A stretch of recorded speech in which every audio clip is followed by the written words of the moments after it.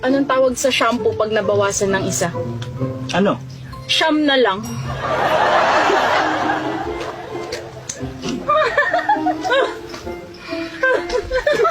Anong tawag sa puno na hindi mo pwede akyatin? Ay, naku, may Ano? Nakatumba.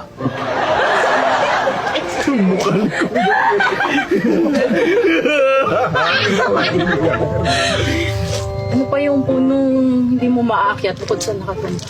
Ano? Putol. Bakit yung mga biik na baboy tuwing naglalakad, nakayuko? Bakit? Nahihiya sila. Yung nanay nila, baboy.